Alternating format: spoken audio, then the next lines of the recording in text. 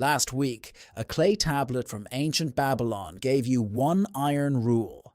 Pay yourself first. Keep 1/10 of everything you earn. Beautiful, ancient, and, for most people, completely impossible to actually do. Because keep 1/10 assumes you'll remember, that you'll be disciplined on the exact day the money lands every single month, forever. And you won't.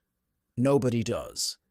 So today's book takes that 3,000-year-old rule and does something the Babylonians never could. It builds a machine that keeps the 10th for you, automatically, so willpower never gets a vote. It's the most popular money book of an entire continent, and its whole plan fits on a napkin. Today, the buckets that quietly run your money while you get on with your life. I'm the monocle, and this is the Budget Wars, where the great money books argue with each other, and you walk away with only what actually works. Stay to the end, and I'll hand you the same free one-page plan as always, this week drawn as the bucket system itself, ready to fill in. No app, no bank login, ever. And the third bucket today is the strange one. It holds almost nothing, does almost nothing, and yet it's the one that lets you finally sleep at night. Most people build it last. It should be first. Let's start with why just save more never works. It isn't that you're lazy or bad with money. It's that you're asking one weak little muscle to do all the lifting. Willpower. Every payday, the money lands in one big pile. And one big, undivided pile is the most dangerous shape money can take, because now every dollar is up for grabs, all at once. So you rely on yourself to be good, to not touch it, to remember Babylon's 10th. And for a week or two, you do. And then life happens, and the pile just quietly shrinks. This book's fix is almost insultingly simple. Stop keeping your money in one pile, split it into a few buckets, and let each bucket have exactly one job. But here's the twist most people miss. It isn't really about the buckets at all. It's about what the buckets let you stop doing. And once you see it, you can't unsee it. Watch. Bucket 1 is the everyday money. The author calls it blow because it's the money you're actually allowed to blow. Rent, bills, groceries, and yes, a little fun. But one bucket is really a handful of separate bank accounts, each named for its one job, because a job with a name is a job that gets done, and a job with no name is a job that quietly vanishes. Daily expenses for the essentials, a splurge account for guilt-free fun, small but real, so you never feel like you're in a financial prison, and a smile account, saving towards something you actually want. See the trick? The money is physically separated. When the splurge account is empty, the fun is over, not because you failed a budget, but because that particular bucket is simply visibly dry. No tracking, no spreadsheet doing arithmetic at midnight. The account balance is the budget. You just look at the jar and you know. That's bucket 1. Not restriction, clarity. Each pound already knows which room of the house it lives in before you ever reach for it. Bucket 2 is where the wealth quietly gets built. The author calls it grow, the long-term money. Investing and killing off any bad debt that's dragging you backward. And this is the bucket almost everyone underfills because it's the one you never feel. There's no dopamine, no delivery, no reward today. Skip it, and you'll spend 40 years busy and end up with nothing. Miss nothing else. Do not miss this.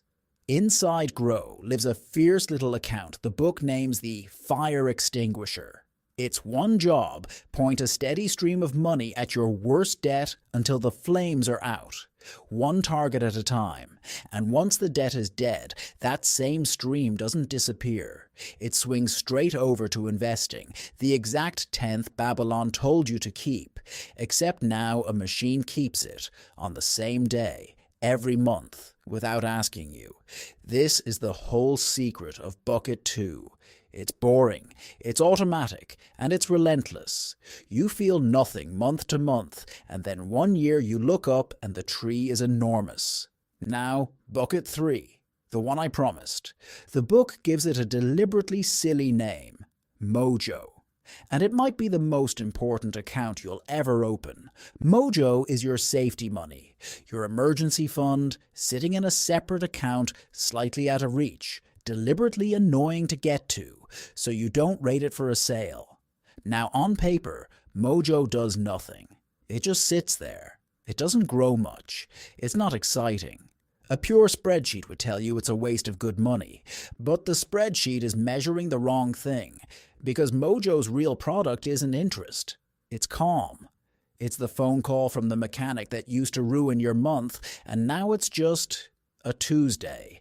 That's the quiet wealth secret hiding in a silly little name. The truly wealthy aren't calm because they have more money. They're calm because they built a bucket whose only job is to sell them peace of mind.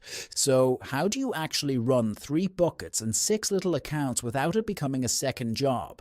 Here's the part I love most. The author insists the whole plan has to fit on a serviette, a napkin. If your money plan is more complicated than a napkin, you won't keep it. So the entire system, the buckets, the accounts, the percentages, is drawn small enough to doodle over dinner. And then he automates all of it. Pay lands, and it splits itself across the buckets before your willpower is even awake. You set it up once, and the machine keeps Babylon's 10th for the rest of your life. But automation has one danger nobody warns you about. Set it and forget it, and you'll forget it. So the book adds one last ritual, and it's the opposite of a spreadsheet. Here it is. It's called a Barefoot Date Night. Once a month, you take your money out. Not to a meeting, to a nice meal. A glass of something, and for 20 relaxed minutes, you look at the buckets together. No shame, no spreadsheets, no crisis. Just a warm, pleasant check-in. Are the buckets doing their jobs? That's it. Money becomes a nice dinner instead of a dreaded chore, and so you'll actually keep doing it. So put it together. 3 buckets. Blow for the life you live today. Grow for the wealth you'll have tomorrow. And Mojo, the safety money whose only product is a good night's sleep. Split into named accounts so every pound knows its job. Automated ones so willpower never gets a vote. Kept simple enough to fit on a napkin and checked over a nice dinner once a month. Remember where we started. Babylon said keep a 10th.